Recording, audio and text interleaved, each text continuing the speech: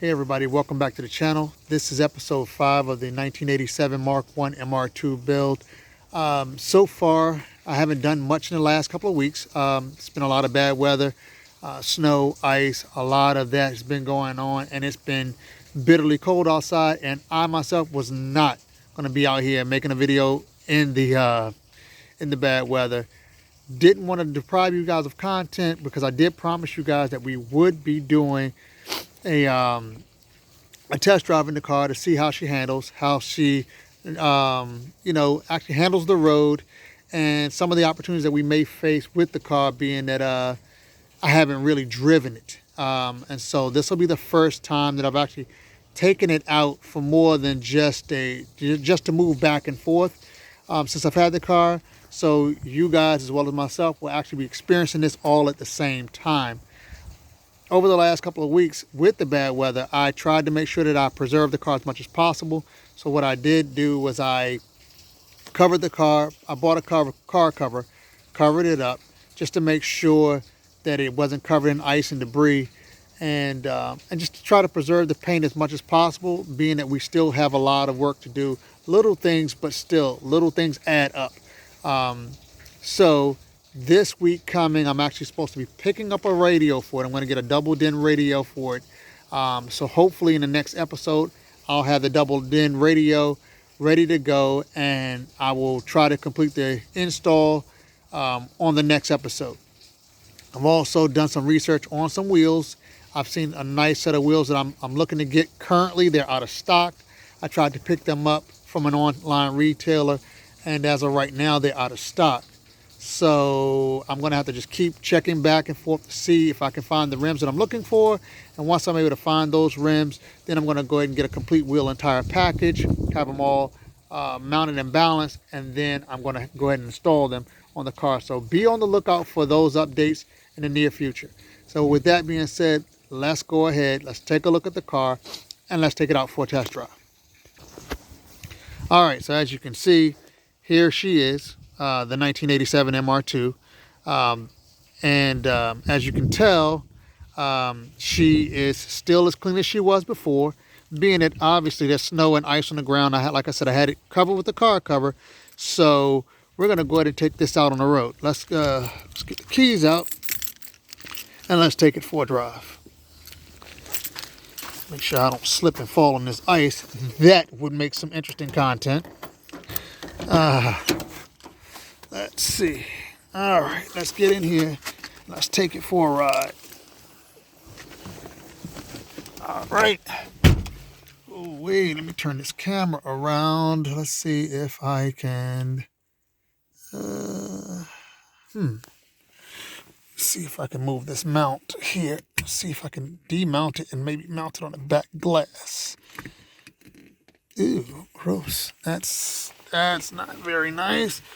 Let's see if we can get it here. Let's see if we can mount it back here on the back glass and see if we can get it to where I can actually put the camera and see if it'll hold. Let's see. Yeah. All right, let's see what we get. Turn the camera around. There we go. All right, let's see. All right, let's see. Here we go. All right, so let's start her up and let's take her out for a spin. Oh yeah, let me take these T-top shades down. All right, there we go. All right, so again, this will be our first real drive in the car, and this gives you guys a chance to experience what I'm experiencing. Can't tell you how much I look forward to this, so let's go.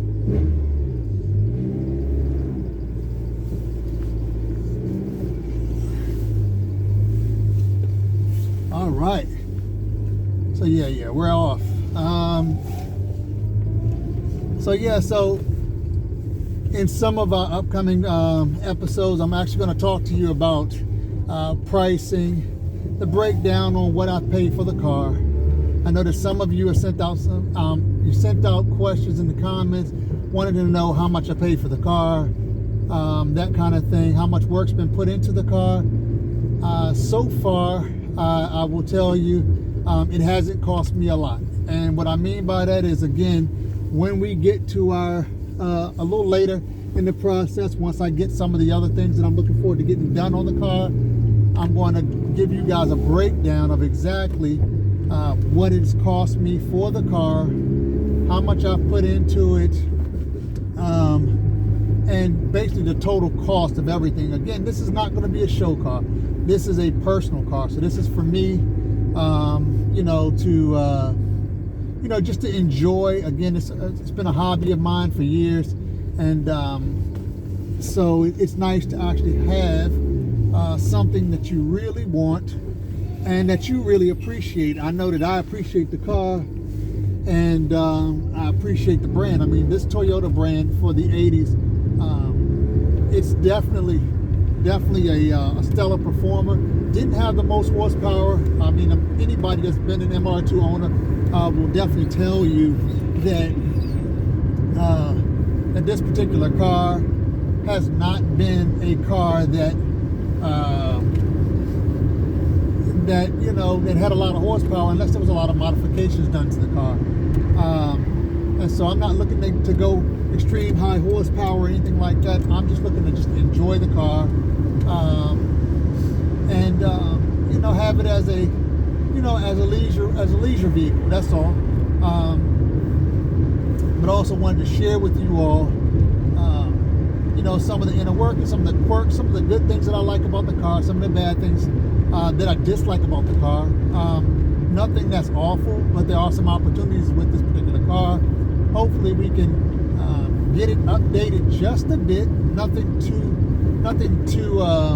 extravagant, just enough to kind of get a feel for this particular car, give it a more modern day feel, and and really just appreciate the brand. So as of right now, I mean, there's still a lot of things that have to be done, but again, they're all small things. The main thing is that yes, the car is running. That is probably the key to any and everything that you do when it comes down to vehicles. You want to make sure that the car is actually running. A lot of times people get vehicles, and it's nice to actually build a vehicle from scratch, but it's nice that when you do find something that you actually have a solid platform to work off of. And I think that this car offered just that. It offered me a solid platform, something that I really liked, something that I enjoyed, and something that I knew enough about, so there's not too much of a learning curve in this build. I will tell you that again, the car is driving fine. It rides good. It's idling perfect. Right about now, I'm sitting at roughly, I'd say 1100 RPM, something like that. The car runs just fine. No overheating, no shuddering, none of those things that you will worry about on an initial test drive. And most importantly, is not cutting off. I think that sometimes what people get when they test drive vehicles, a lot of times they get the vehicle, they test drive it, and on top of that, they end up having issues with the car, not making it, and this, that, and the other. As you can tell, this car is driving just fine. I'm so pleased with the car. I'm so pleased with the progress so far that we've made with this car. And I'm looking forward to some of the future things that we're going to do with this car. Like I said, the wheels, tires, to come in and replace the radio. Well, it's not really replacing the radio because I don't have one. But just going through and putting a nice radio in the car. The coilover suspension, I'm not really feeling it. I mean, offers you a stiffer ride and so forth, but I don't think I'm going to be taking this to a track. So therefore, I don't really think that I'm going to need to keep the coilover suspension. I don't know. It's up for debate.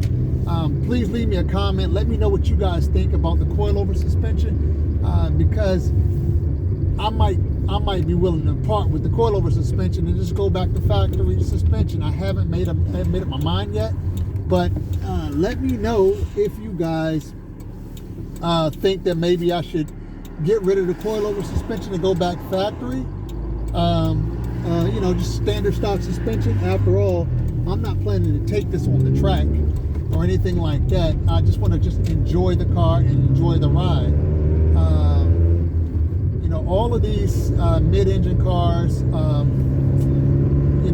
of them, it doesn't make a difference which mid-engine vehicle it is, but most of them you hear that growling from the back, and that's because obviously the engine is sitting directly behind the person or the driver of the vehicle. So the car is actually doing great. But yeah, I am definitely debating whether or not I should go back to a stock suspension or not. So again, please leave me a comment. Let me know what you think. Again, this is going to be a short video. Obviously, this is our test drive from episode 5 that I mentioned previously that we were going to be doing, and we are doing just that, taking it out for a test run. The gears shift great. I do hear a little bit of a squeak, and that might be because one of the pulleys is bad. So what I'm going to have to do is take the time to look at the engine, let it run, see if I can pinpoint which pulley is bad. People think that it's the belt when you hear the squeaking. That's not necessarily true. A lot of times when you hear squeaking in the engine bay when the vehicle is running, it's primarily because of a pulley being bad. So I'm going to go through, examine, and try to find out what is causing that bit of a squeak. My check engine light is on. I know you guys can't see it. Let me see if I can pull the camera down. Well, I'll see if I can point it down.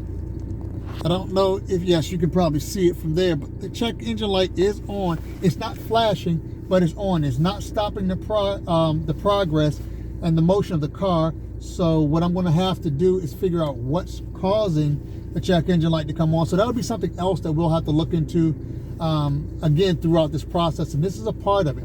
Taking the car on the test drive, getting a feel for the car, finding out if there are any quirks that need to be worked out, and getting those quirks worked out.